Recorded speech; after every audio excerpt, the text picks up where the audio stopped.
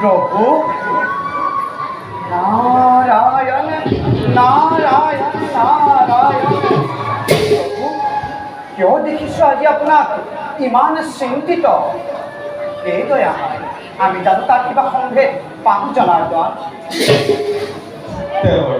প্রভু এক ভয়ঙ্কর বিপদৰ সন্মুখীন হৈ ব্ৰহ্ম বিষ্ণু ৰুদ্ৰ একেবাৰে উপায়হীন হৈ পৰিল।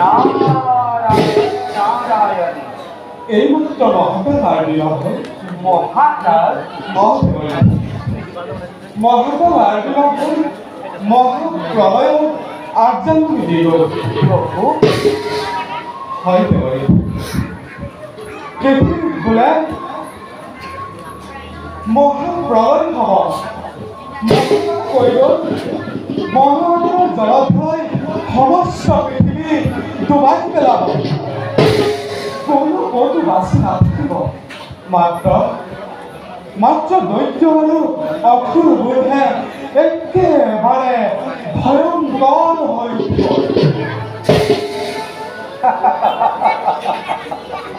নারায়ণ নারায়ণ হে দয়াময় সেইবিলাকক সংহাৰ কৰিবলৈ ৰুদ্ৰনৰ কিমান সময়ৰ প্ৰয়োজন?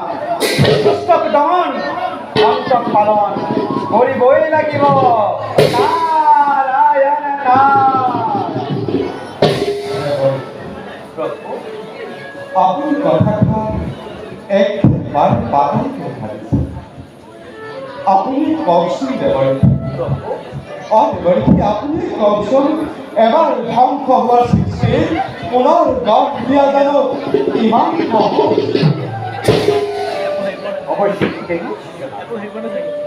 এই পৃথিৱী যদি এবাৰ ধ্বংস হৈ যায় তাক গঢ় দিয়াটো বৰ কঠিন হৈ উঠিব। প্ৰভু সেয়াও সত্য নহয়। মহাকালে কৈ গ'ল কি কৈ গ'ল দয়াময়? দেৱৰী মহাকালে কৈ গ'ল জম্বুদ্বীপৰ ৰজা সত্যব্ৰত এই মহাপ্ৰলয়ৰ মাজতো বোলে বাচি। নাৰায়ণ নাৰায়ণ হে দয়াময় তেওঁতো আপোনাৰ পৰম ভক্ত হয় দয়াময়। তেওঁৰ দ্বাৰা এই সুন্দৰ বিনন্দ সৃষ্টি পুনৰ গঢ় লৈ উঠিব পাৰিব।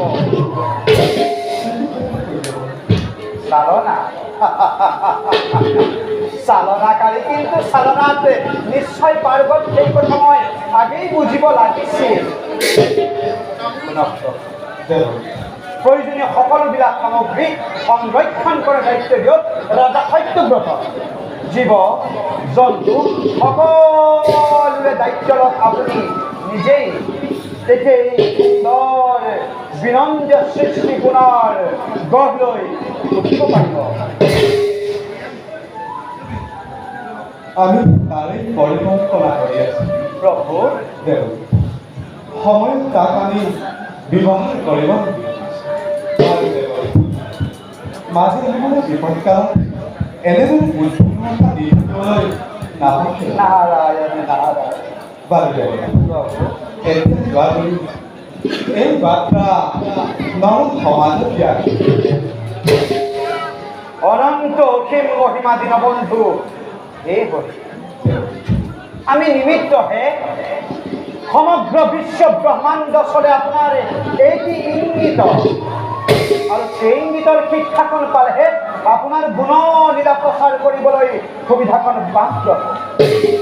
জনাৰ্দন সমগ্ৰ বিশ্ব ব্ৰহ্মাণ্ডৰ কল্যাণৰ আপেক্ষী এই গুণত কাৰ্য কৰিবলৈ মই নিজকেই কৰিম প্ৰস্তুত। এবে বৈষ্ণৱৰ পৰা মা সুবিধা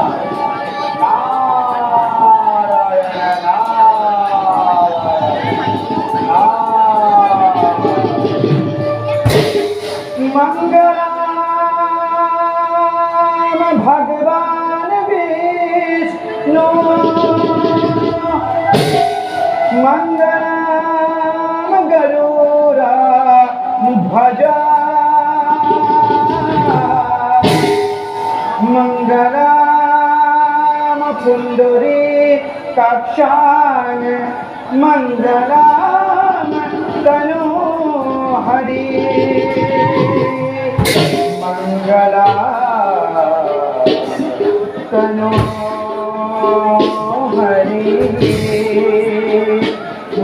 মঙ্গলাম তনু হরি মঙ্গলাম তনু হরি তোমার শরণে কেবল গোবিন্দ না জানো একো পাই একমতে সেবক ৰহিব করুণা এ করিতে এ হরি দুয়াই করিতে হরি দুয়াই